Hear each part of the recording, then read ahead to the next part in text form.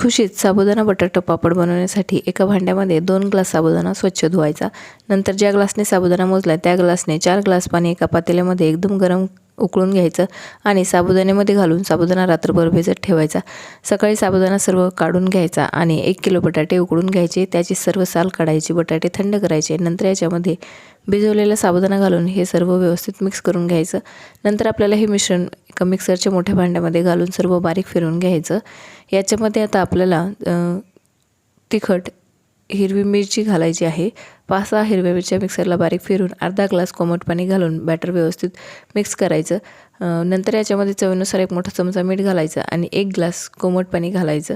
Batter पापडीसारखं तयार झाल्यानंतर हे आपल्याला एका प्लास्टिकच्या शीटवर असे पळीने पापड्या घालून घ्यायच्या। 2 दिवस कडक उन्हात वाळवायच्या, खालीवर करून आणि वाळल्यानंतर तळून घ्यायच्या। खमंग खुसखुशीत साबुदाणा बटाटा पळी पापड तयार।